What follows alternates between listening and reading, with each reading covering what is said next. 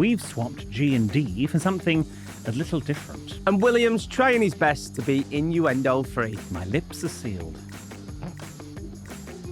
I've been costume shopping for the tour. We're asking shoes on or shoes off when you go over to someone's house. Jordan's reminiscing about happier times from his teenage years. And we're talking all about moose knuckle. Now remember, no innuendo on this episode. It's going to be a very dull episode for everyone. I agree. So why don't you just cut your losses now? No. You made it perfectly clear last week. Okay. And that is the cross you're going to have to bear. All right, we'll see how you get on. Hello and welcome to Help I Sexted My Boss, the podcast where we help you navigate the challenges of modern life, answering your 21st century questions and finding solutions to those everyday dilemmas, like how do I get my face painted on a pub wall? You've been painted over yet? Not yet. How would someone prepare for being rimmed live on stage? I wouldn't know. And what should you do if you've accidentally sexted your boss? But we're not usual Agni Ants, are we? William Hanson, the UK's leading etiquette expert. No, we're not, Jordan North. I'm more luxury car, you're more lazy spa. That's from Josh and Zoe. Why is that lamp on? It's broad daylight. That lamp is on every week. Oh, is it? It's a waste of electric, that. It's an energy efficient bulb. Oh, okay. Still. Wish you were energy efficient. Okay, was that an innuendo? No, that wasn't. No, that was a dig. No, I am looking here. There's no gin and the bonnet. No. We've got something called Prosecco and Red Bull. Oh, this is a turbo wine, isn't it? Yes. Last week, we released our episode with the crime podcast Red Handed with Hannah and Saruthi, and they mentioned that their podcast drink of choice was something called a turbo wine. And we haven't tried it. They tried gin and debonnaire for us, so it's probably only fair, I'm saying this with a very heavy heart, that we try it. It's presumably, I don't know, they didn't tell us the proportions. Is it an equal measure? Half and half. So would you like to do the Red Bull and I'll open the Prosecco? So, this is what they toast to all their spooky bitches, which is what they call their listeners, like what we call you, our Gene Divas. So we'd like to say hello to them who've been in touch for the first time. Oh, the smell of Red Bull makes me gip. If it makes you gip, what's it going to do to me? Can I ask what is actually in Red Bull? You don't want to know, because I used to drink this at uni. I used to drink it on nights out and like at uni. Okay. Oh, it just reminds me of being in liquid.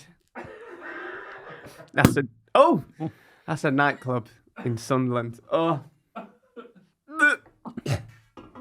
I also quite like it as well. Oh. Okay, I'm pouring in the Prosecco. Prosecco just makes me feel so wholesome. It does. It reminds me of my mum being at home. She'll go, I've got some Prosecco in the fridge. She'll have some Prosecco and have a bitch. Well, oh, go on, we'll have some Prosecco and have a bitch. would you pour the Red Bull, please? Equal measures. I've told you about Cheryl's patio. Tacky. She's copied us. She tried to copy me and your dad, but... Oh, it just looks like beer, and that's going to really put me off. No, it's... Stop! That's enough! Oh, God. I think we need to drop more Prosecco at the top. I do love Prosecco. So common. In another life, I was a hun. You are a hun now, aren't you? I'm like, oh, God, that stinks. Oh, It smells awful. I'm just going to say, I'm going to have a sip of this, and then it's being removed from this table. Oh, who are we toasting to? Well, the spooky bitches. We'll toast to all the spooky bitches. Cheers.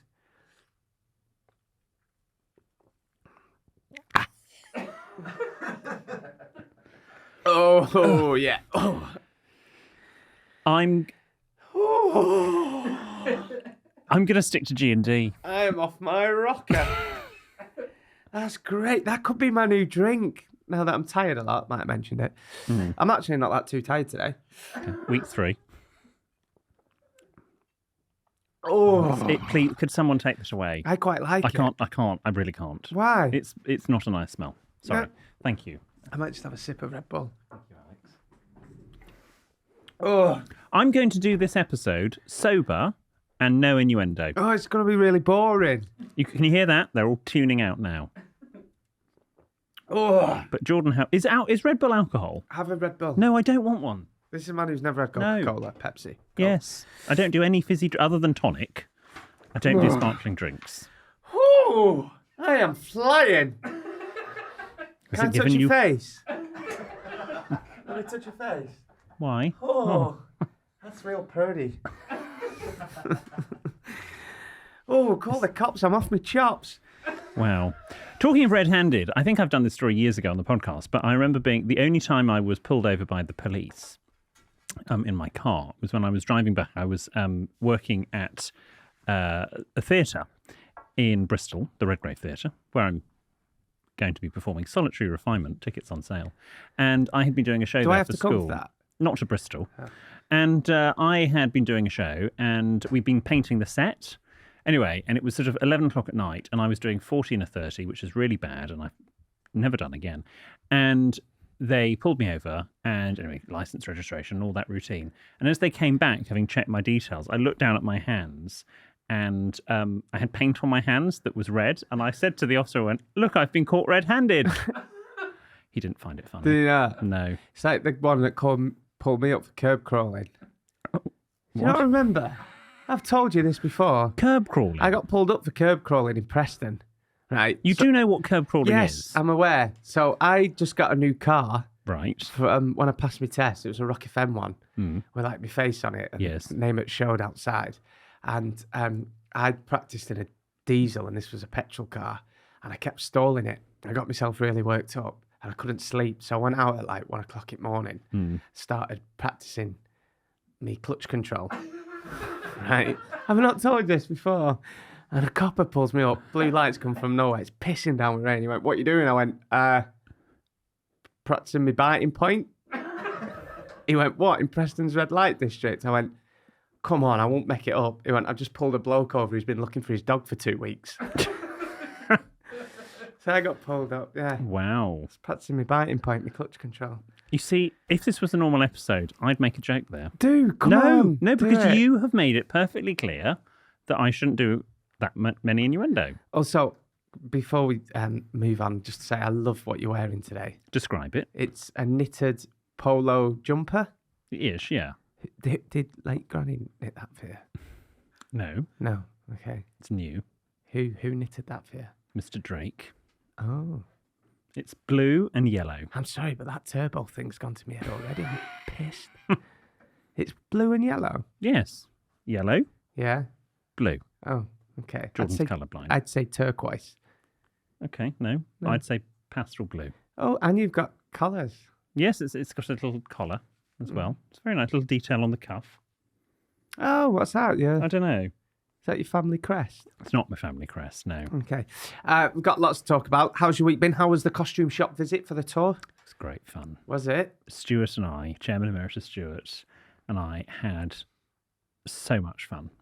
And all I can say is, and I'm particularly addressing this to the soon-to-return producer Ben, you weren't meant to be on sabbatical at the moment, so you have absolutely no leg to stand on when you go, I'm not wearing that. Because if you hadn't extended your sabbatical, you would have had a say. You extended your sabbatical, that's what you're wearing. Tough. It's going to a costume shop like going to Halfords, but for gays. Is that what it was like? You know, like dads proper look forward to go. Oh, I'm going to Halfords this weekend. I'll get it. Don't worry. This is not just a costume shop. This is Angels, we should say, warehouse. It is massive. It is, well, one person told me it was the largest in Europe. Another person told me it was the largest in the world. It's very large. There are 8 miles of rack. What? Okay? Of It costumes? is massive. You name it, they've got it. Can I see anything? Is it? Yeah, where's my phone? Don't leave it near Adam. He'll be looking porn up on it. You know what it's like? Don't be mean to Right, me. this is not going to be on running joke. Sorry. His mother listens to this. Sorry. This is what we're thinking of producer Ben wearing. Oh, my Jesus days. Yeah. There's not a lot of it. Let's put it this way. If anyone came to see Listen that, Alex. If anyone came to see the last tour, Will he get... where is it, Adam? If How anyone is he saw going to get into that? Yeah, I don't, well, you're helping him. If anyone saw the last tour when Ben was wearing hot pants, let's put it that way, that is a Victorian dress in comparison to what we're going to put him in. There's that. That's all right. What's that for? Act 1. We'll just say Act 1. At the end? Yeah. Oh, okay. Go with it. That's for you. I'm not getting into that. You are. What's that for? We'll tell you later. And You're taking piss. oh, and there's that. Oh, is that camp ban? Yeah. Wow. That is. Yeah. Well, that's part of camp. Oh, okay. There's Good. more. Okay. But it was great fun. We were quite grateful you weren't there. Why? Because you would have distracted us. Why would I have distracted We'd also you? probably have lost you. Yeah. I mean, I nearly got lost numerous times. I'd come out looking like something from a theatre show. Come out looking like I've been in Wicked. My favourite bit was where Stu went, "Oh, loads of pyjamas." Went, "Stuart, that's prison uniform." Oh, I wish I was there. It was good. Well, I'm sure we can go back. I think we potentially might be going back for a fitting.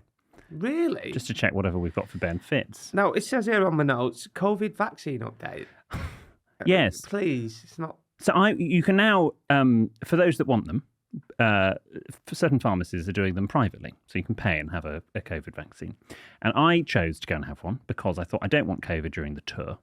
I need to sort of be at my best. Maybe I should. I want to get one of those B12 shots as well. We can potentially get it done at the same time. Yeah, we should get those because that's what people do. Because I don't want to be ill fit at all. No. Touch wood. Anyway, and I'm not great with needles. No. Okay. I know that, it helps, but if they could sort of do vaccines or injections for when you go overseas with like a nice little strepsil or something. Was it in your arm? Yeah. So you don't mind a little prick in your bum, do you? But in your arm? I'm not making any jokes. Okay. Don't ruin this episode. Okay. You've let yourself down. Sorry. But anyway, you got a vaccine. I got a vaccine in my left arm because I'm right-handed, and that sounds wrong. And anyway, I sort of said to her, she said, "Do you have any history with fainting with needles?" I said, yes. She went, "Okay, just relax." And then she said to me, she went, "Just think of your happy place, like that guy on the TV." Shut up. Oh my God, is that what she said? And I was then anything but relaxed. Is that what she actually said? Yes. Like that guy off the TV? Yeah. I've still got it. Oh, so I don't know if it can be asked for the anti-vaxxers here now. Well, it was personal choice. It's personal choice. They have personal choice. I have personal choice. So there we Okay. go. Also, we haven't talked about this character before, and she really is a character. Mike's niece, Annie, who is 4 years old, the other day, we FaceTime her quite a lot. Oh, that's a good drink, man. And anyway, we FaceTimed her and she was getting ready for bed and she was in her Little Mermaid Ariel from Little Mermaid t-shirt. Yeah. Like, "Oh, Annie, we love your t-shirt. Wow." She was, "It's Ariel." I was like, "Yes, we'd like one." And she, her disposition changed. She went, "You can't have one because you don't like girls." Age 4. How does she know that? Well, I don't know. I don't know what has been told to her. Oh, okay. But in her head, no. Mikey and William, Uncle Mikey and Uncle William, or Uncle Willie, as I actually am, don't like girls. I mean, we do like girls. We like Julie Andrews. We like Patricia Routledge, Judy Garland. Lots of girls. The thing is, Annie, it's where you're wrong because they would love an Ariel t-shirt. Yes. Oh, I just remember Mikey telling us when we were drunk that time that he had a Pocahontas t-shirt when he was a boy. Very, very young boy. Yeah. And his age. He was 10 and he had a Pocahontas. No, he was not 10. He was. He wasn't 15. No, but I don't think he was 10. Oh, was he not 10? I think he was like 4 or 5. Oh, he's 4 or 5 and he had a... And a Pocahontas cake as well. He had a Pocahontas cake t-shirt. I know. Don't tell him that, dickhead. Get lads on building site to lay that. I don't want him knowing. It was so sweet. Bless him. Couple of things I'd like to discuss today. Oh, right. First of all, have you noted the demise of the urinal? Well, I have never used a urinal before. Just, you can't, like now, when... I don't know if you've talked about this before, but you go for a wee somewhere and we have to queue because there's no urinals anymore. And like you come out of a toilet and you just had a wee, but someone's been in before and then someone goes in after you and they think you've done a number 2. It's really annoying. I just think we need to get back to urinals. Okay. Yeah, that's one thing I wanted to say. Like here where we work, there's no urinals, is there? So you go into the cubicle, you go in after someone, you're like, "Cheers, pal." "Oh, God, you dirty get." And then you go in and you think that, and then someone goes in after you and thinks it's you. Can we just have a urinal? I nearly went in sync. Oh, Jordan. I used to at uni. It's I not know my you did. It's not my proudest moment. I had a bottle of Flash, but it's not my proudest moment. I know. Because the toilet we're on 2 flights up. Oh, don't. I know. I'm not proud. I'm not. I used to drink Red Bull back then as well. So. Okay. Also, you're aren't you on Capital Breakfast? You're still doing this. You did it a couple of weeks ago. The Jordan sandwich thing. Yeah. Oh, I can't do this Go because on. this involves innuendo. Go on. No, I can't. Yeah, it's doing well. I've said it before on the podcast. I'll say it again. Next time you're having a sausage or bacon sandwich, try it with all 3 sauces. Mustard, it can be English mustard or American mustard, brown sauce and ketchup, and you can thank me later. Loads of people are like, oh, it sounds minging. Try it. And it's called a Jordan. A lad introduced me to it about 12 years ago. I'll never forget him. What was his name now? And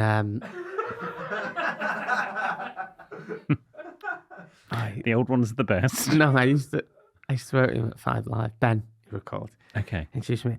Second thing I want to bring up this week. Yeah. Are you aware of the term moose knuckle?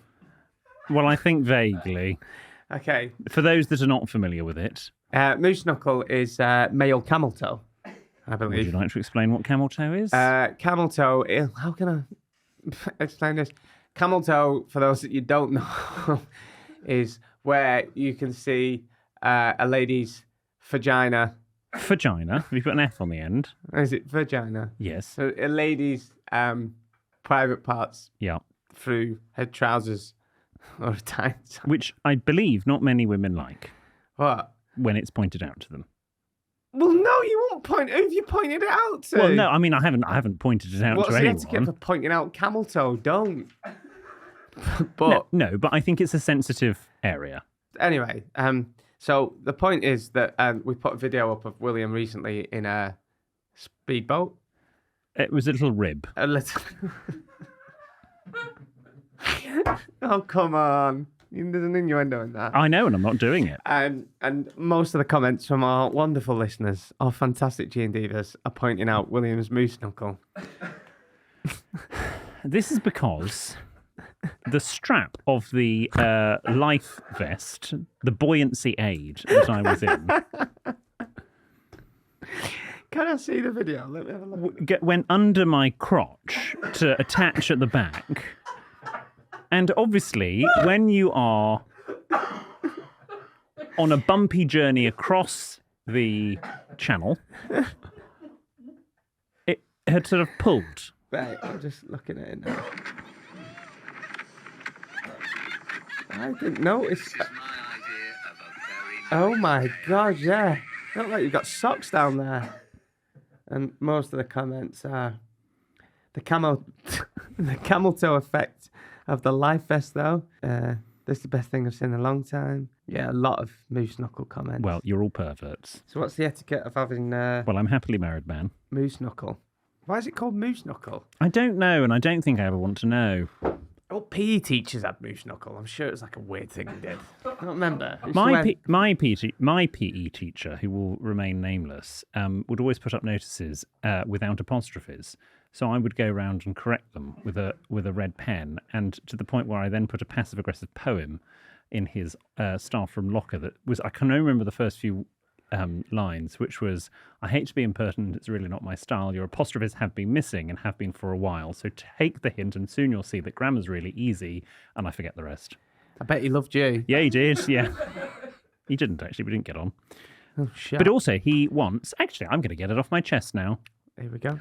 He was covering, like, you know, when a teacher was ill and like you get another teacher to cover. So he was covering and I put my hand up and said, please, sir, may I go to the lavatory? Perfectly polite. And he openly laughed and mocked me for saying lavatory. And everyone else laughed. And I thought, right, stuff you. And so that's where the apostrophe thing came from. Sounds like a proper PE teacher. Proper something. They always had. Did he have moose knuckle? I'd never looked there. 'Cause he used to wear like the trackies up to like below the nipples, didn't he? So you could see it. Well, why is it called moose knuckle? Just looking at my knuckle now. Yeah, but you're not a moose. I've got hairy knuckles. Even my knuckles are hairy. You're trying really hard. I am. It's killing you. It is killing me. You've gone violet. Violet? What? Even with all that makeup on. I'm not wearing any makeup. So natural. Before we go on to the listeners' problems and questions. Oh, do you want another turbo thingy? No, I don't. Shall we go to Jordan's Jolly Joke of the Week? Yes, here's the jingle.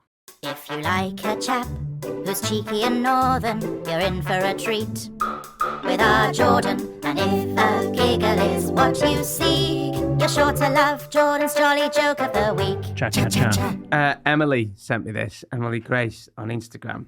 And said, hi, my husband and I were listening to Sexted last night, and he suggested I send in a joke for Jordan's Jolly Joke that my grandfather taught me when I was only 7 years old.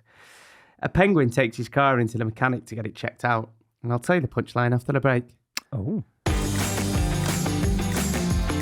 Okay, Gene Divas, thanks for sticking with us. Our Jordan's Jolly Joke of the Week this week is from Emily Grace. Her granddad taught this when she was 7 years old. A penguin takes his car into the mechanic to get it checked out. The mechanic tells him it'll be a little while, so the penguin... So the penguin goes next door to an ice cream shop to get a snack. He orders a vanilla ice cream, and since he's a penguin, he gets it all over his face. He heads back to the mechanic and walks in, and the mechanic looks at him and says, looks like you blew a seal. The penguin touches his face and says, oh, don't worry, it's just a bit of ice cream.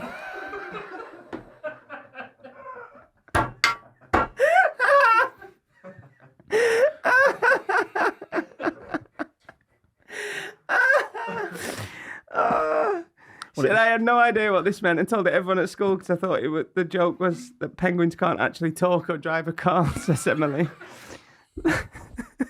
Looks like you blew a seal.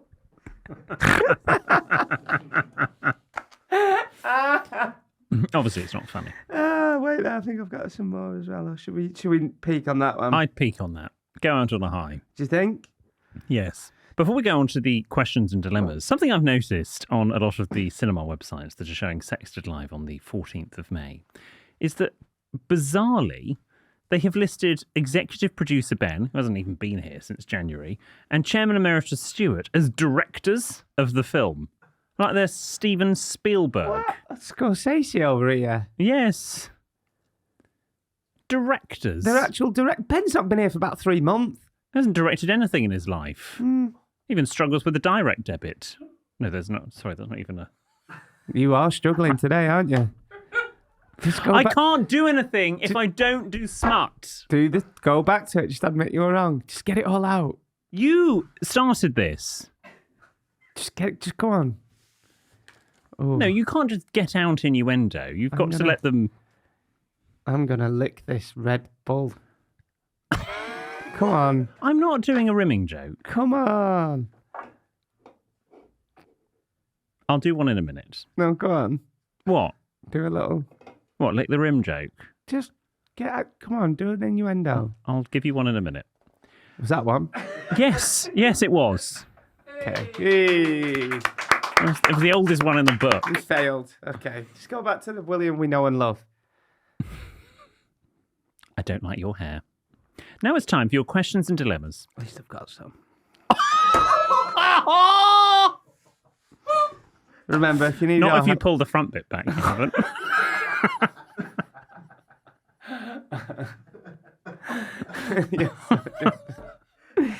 I hear nerve. At least it didn't look like I come on open top bus with my face on the side of it. Remember, if you need our help with something, then get in touch. You can send your tales of trepidation to help@sextedmyboss.com. You can DM us, we're at sextedmyboss on the socials, or you can write to William, who in the fullness of time promises a handwritten reply on one of our luxury greeting cards with executive self-seal envelopes. Where's the address? The address is on the website, William. It's sextedmyboss.com. Okay, we have no idea what is coming up, as ever. This one is from Lena, or Lena. Hello, William and Jordan. I've just moved to the UK from Austria to live with my husband and have noticed that people here do not take off their shoes at the front door when they come to visit. Back home, it would be considered very rude to leave your shoes on, but here no one really seems to be bothered, which I find a bit gross. What is the etiquette on shoes in the house? Can I ask visitors to take them off? Thank you so much. Lena. Isn't this in Asia as well? Some parts of Asia? Yeah, Japan. China as well, is it? Sometimes, yeah. Chinese often don't entertain in their houses. Do they not? No, they'll do it in a restaurant. Oh, okay. Unless you're very close family. So what is it? We've talked about this before. You think it's rude to ask people to take their shoes off? Yeah. Look, if they've schlepped through a field to get there. Is that German for schwepped? then fair enough to ask them to remove shoes. Fine. But no, a shoe is part of the whole outfit. Imagine going around to Buckingham Palace and the King and Queen going, "Could you just remove your shoes?" I would, in a big house like that. No. And they've got much more expensive carpets than any of us have, even you. Can you imagine how much carpet they've got in their house? I don't think they have carpets. They have wood floors with rugs. No, they've got Generally. carpet. They've got like a big red carpet, haven't they? Goes up the stairs and stuff. Yeah, okay, but that's not wall to wall. Anyway. Do you think they've ever used shake and vac? Yeah, I think Princess Margaret was big into that. Yeah, the etiquette with taking your shoes off or asking people to... Look, I don't love it. In etiquette land, we don't love it. But your house, your rules. So if you want people to take their shoes off, fine. But as I think we've put this in the Sexted My Boss book, which is still out and coming out in paperback in a few months' time. If you are going to insist on people taking off their shoes, you need to have, in the hallway, a little puff for them to sit on.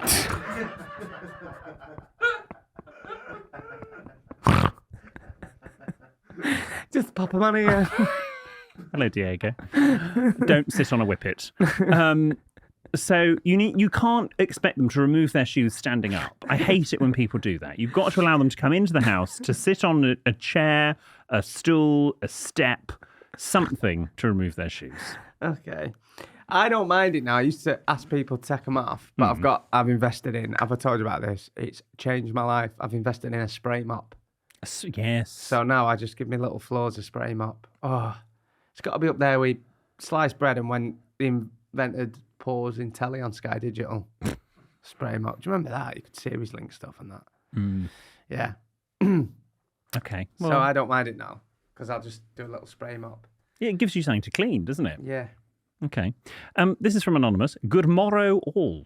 Oh. I split from my fiancée a year ago. 6 months on from the split, my family continued to have contact with her.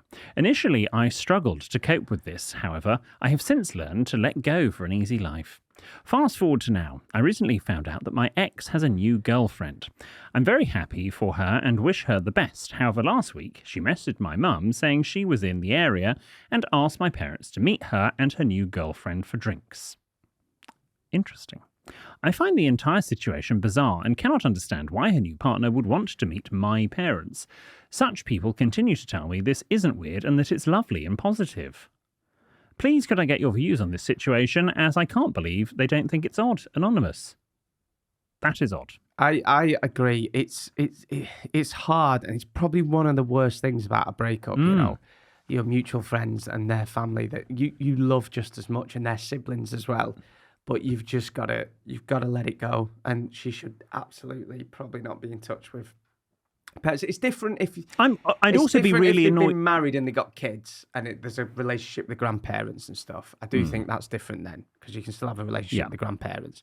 But yeah, meeting up for afternoon tea. No. I would also say to your parents that they even if they get approached, your parents should go, look, as much as we'd love to do that and we wish you no harm, obviously we have to side with our child. I agree. Hope all is well. Yeah. I just think it's odd. Like, yeah. No, Anonymous, I am on your side. I am as well. Unless it's like kids and his grandparents and stuff, but they need to keep a distance and cut them off. This is from Carlos. Dear William, what? It's a nice name. It is a nice name. It's your name on the weekend, isn't it? Carlos. Dear William and Jordan. I wish. What? I'm bloody weekend free. I never stop working. Tiny violin in the distance. That's fine. I recently went to a nice restaurant for lunch with my mother, brother, and his family. We decided to order a bottle of red Italian wine. Hang on, my mother, brother, and his family. Isn't that your family?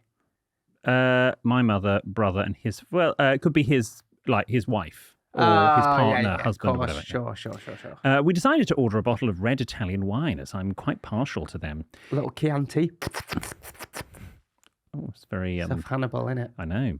It was a bit expensive, but we felt we deserved a treat. The waiter came back a few minutes later to inform us they had run out of that particular wine, but offered us an alternative. Rioja? Malbec? Yeah? Echo Falls? I don't think Malbec is that's from Argentina. I don't mind.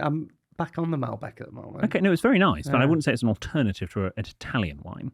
Anyway, we accepted without giving it much thought, assuming it would be in a similar price range. The surprise came at the end. We were baffled by the price of the bottle of wine, as it was twice the price as the one we originally ordered. No, that's not good. We briefly discussed it and decided to pay without making a fuss. However, it is still bothering me. Should we have said something? Should they have offered us similarly priced wine? Should we have asked when they bought the alternative wine? Warmest regards, Carlos. I agree, Carlos. They should have just said, you're the etiquette expert, so you tell me, but the waiter should have just said letting me know. to one of, good etiquette with the waiter to just said to one of the people at the table. There's a price difference. Just to let you know, it's a bit more. Or this is a lot more expensive, or we could find you another one in a similar price range. Yeah, I mean, look, Carlos, yes, of course you could have asked, but I think if it was sort of 10 to 15% more expensive, you could go, okay, fair enough. But twice the price, absolutely not. Yeah. That's really bad form. So you should have said something. And it's marked up anyway, so. Well, yeah. What you could do in future, presuming that this was in this country, is you could say, if you query it, you go, look, we weren't informed of the price hike. And I would put it back into their court and go, what do you suggest we do? Yeah. You didn't inform us of the price difference. And if they sort of go, well, tough cheese, remove the service charge. Yeah, I agree. Make it back that way. It's optional. That's really good advice. That Red Bull's actually knocking me a bit sick now, so I'm going to move it over there. Oh, I sound like me on the first episode, don't I? No, not that. It's not that bad. Ooh. This is from Kate. Dear William Jordan and the rest of the team, you made a comment on the podcast a few weeks ago about stiff socks, and it prompted me to get in touch. Did we? You did. I can't remember. What did we say? Semen and stiff socks. Sailors? Do sailors have stiff socks? Maybe. When cleaning my 15-year-old son's attic room... Oh, God. I once noticed one of the cupboards in the eaves was slightly ajar. My initial response was to merely slide it shut. However, I then noticed a sock poking out from the opening. Oh, God. Upon sliding the door back, I then came face to face with a small pile of socks that were crusty, stiff, and undeniably wanky spunky smelling. Oh, that's his mum. Stop looking at Adam. I was torn. I had two choices: close the door, scrub my eyeballs and nose with bleach, and forget this horror, or to remove the offending items. In the panic-filled moment, I chose the latter, and after marigolds were firmly in place, I removed the socks and disposed of them. Do I now tell my teenage son where his fun-filled friction socks are in the hopes he adopts a tissue or other disposable habit, or say nothing to spare his blushes? Warmest regards, Kate. You could have washed them. Didn't have to bin them. They're fine on a boil wash, so I've been told. Could have put them on a boiled wash. I miss being that age. Why? Just playing Grand Theft Auto and wanking. It was just... At the same time? Pretty much, yeah. Wow. It was just... I would have washed them and then put them back. Okay. Yeah. Well, there's always that. My mate once showed me his cum rag and it was absolutely disgusting. It's absolutely... No. I still, honestly...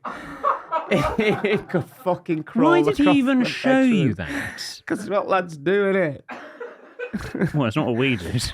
I was doing pre-drinks in his room at uni. Yeah. Oh, it was like an old T-shirt. I think it was a T-shirt he got free in Freshers. Bearing in mind we're in our third year. Oh, sorry. In answer to Kate's question, I probably would have left it there. Probably. Yeah, I would have just... I wouldn't have...